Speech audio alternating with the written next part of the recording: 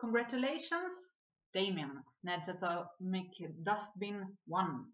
And I want to say congratulations, boom, to your 100 subscribers, man. You will get many more and you deserve it. You were one of the first persons to really greet me in this community. And yeah, I still treasure that funkadelic maggot brain tape you sent me, and I'm really grateful for that. You're a great guy, and your pregnant girlfriend seems cool. So I'm now joining your contest here for embarrassing music.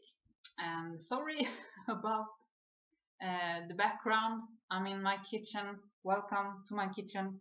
I am currently doing a bit of baking back there for the winter time here in Sweden. Doing a bit of Swedish winter buns or buns or what to say.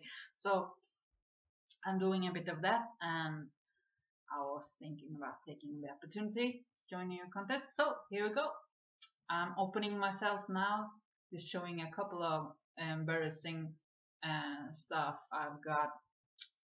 Now, it's not a very hard question or thread, this one, but I feel the same way as you. I think many people are, they don't want to, either they don't think they have anything embarrassing, or otherwise they just don't want to own up to it, come out of the vinyl closet, or how to speak. But I am feeling like over the years, I'm old and over 30 now, so over the years there are less things music-wise, yeah, that I feel embarrassed about. So these are just a couple of ones. Some, over the years you kind of surprise yourself by liking some stuff and picking some stuff up which you like hated 10 years ago. Your music taste changes, and mine is quite diverse, even though I prefer the heavier side and prog rock. I like a couple of strange stuff. My partner plays a whole lot of gothic new wave stuff, and I didn't like that or synth at first, but now it's pretty good, actually. Very good, some of the stuff. But here, something happened a few days ago, like a week ago. I wasn't supposed to buy records, but then I was looking for Christmas presents, found some, I believe, and then I just came by to a couple of crates and yeah, started digging a bit, and I found a couple of records I've seen a lot the last few years, but I just feel a kind of embarrassing feeling when I see them, so I haven't picked them up. But now I thought, well, that was a charity shop, so the money goes to good stuff, I hope, so let me pick that up. So something happened to me, I think, suddenly, yeah, I don't know why. These are quite, in excellent or almost mint condition as well. Look, it's the Pet Shop Boys. He's even, yawning a bit because, yeah, somewhat boring music. But I just thought, oh, these guys, I remember them. MTV was playing them, and I remember them from my, childhood, or how to speak. And this is actually, and this was released in '87, so I was about 6 then, and I saw them on MTV and heard them a bit on the radio, and suddenly in that shop I turned. Suddenly I got the music taste of a gay man. sorry Conrad, if you're watching this, no offense. You like pure, it's good. So yeah, I bought this one, actually, just for, I think it was $1 or $2. And that's not enough. I just had to have this one as well, introspective, colorful stuff. This was released 1 year later in '88. Touch pressings, and this was, I think it was 5 Swedish crowns more expensive than the first one. I don't know why, but maybe it's because it's so colorful. They thought, oh, this must be worth more. And so I bought these ones, and I even cleaned them up, and I was like, I feel quite embarrassed. So I said to my partner in the store, this is kind of guilty pleasure or something. I don't know if it's a pleasure, but I feel very guilty for picking these up, And she was like, I quite like that. And I was like, you do? Oh, and I suddenly felt better. So I bought them, came home. 2 days later, I was cleaning, and I put both. I listened to both the records, and I really, turned into a gay man or something. I was cleaning like a maniac and listening to "I Want a Dog," which was quite, it was quite offensive to the cats. They did not like that, and always on my mind, and I felt quite guilty, but in a way, it's like poppy, synthish kind of stuff, and it's not too bad actually. But I felt very embarrassed, but I felt a little better since, my partner thought, oh, it's quite good, and she likes synth and stuff. But then when she came home, I said, I was listening to Pet Shop Boys earlier, and she was like, haven't really listened much, don't like them. So I discovered it was not the record she was talking about. She was a bit tired in the shop, and it was some books she was talking about. So then I felt even more embarrassed for having listened to this. I don't know why. Maybe it's the kind of last part of me that feel embarrassed for some music that dies. I don't know. I don't think I will be listening to these a lot. I don't think so. But for $1 or $2 for a good cause, might listen to them sometime. I don't know if you have like over 1,000 records to choose from. I don't know why I felt the need to have those, but I quite enjoyed them then. It's quite, sometimes I feel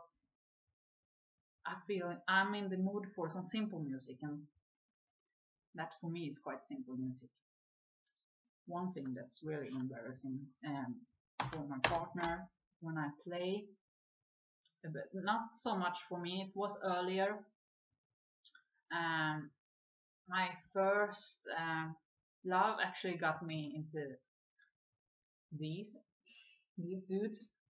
Body Count, of course, with Ice-T when he was pro drugs and against police and such.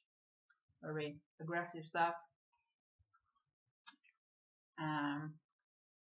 My partner kind of, if not hates, dislikes this. I feel she is very embarrassed, but if it was 10 years ago, I would be too, but now I'm not so embarrassed. Because you have to joke with yourself. I will be going in a car and listening to this, and if someone stares, I'll be, digging it, I'll be jamming along. So, something that was embarrassing, not so embarrassing. It can be sometimes, embarrassing, music-wise, not so brilliant, but anyway. I actually sold a copy of this a couple of years ago because I found it to be embarrassing in my collection. You do that, you weed out stuff. I regretted that now. Like 2 weeks ago, I found this one at a flea market, so got those two. But I believe one of the most embarrassing records or CDs also in my collection, music-wise, lyrics-wise, yeah, in every way, embarrassing, not for me more than I own it, embarrassing for the band. So I had to show this one. I don't know if anyone has shown this, but yeah, Saint Anger, Metallica. You can just judge a bit if you look at the titles there. Invisible Kids, My World, Shoot Me Again, Sweet Amber, The Unnamed Feeling, you know, and that cover. I don't know why, and that I don't know why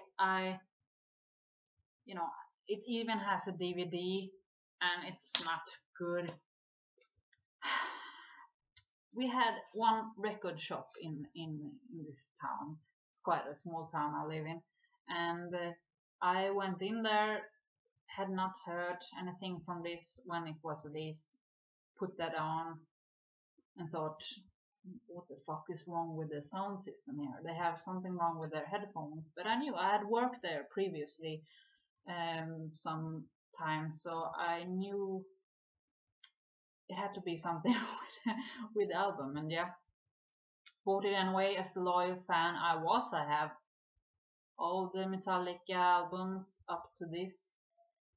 Then I haven't bought any, and I will not buy any new stuff either. Yeah, I'm a bitter girl when it comes to Metallica, you know. I don't know why Lars, dear Danish man, would get such fucking bad drums and that fucking sound. I don't know why he did that. Sorry, I'm very angry. I heard this before. They played Saint Anger, that song, and also I think it was Dirty Window, I think, or Shoot Me Again, before Catatonia played, actually, when I saw them a few weeks ago, and I just got a bit aggressive, you know, standing there in the crowd, because those drums just make me fucking angry. And these lyrics, I mean, man, why the hell did you go to therapy?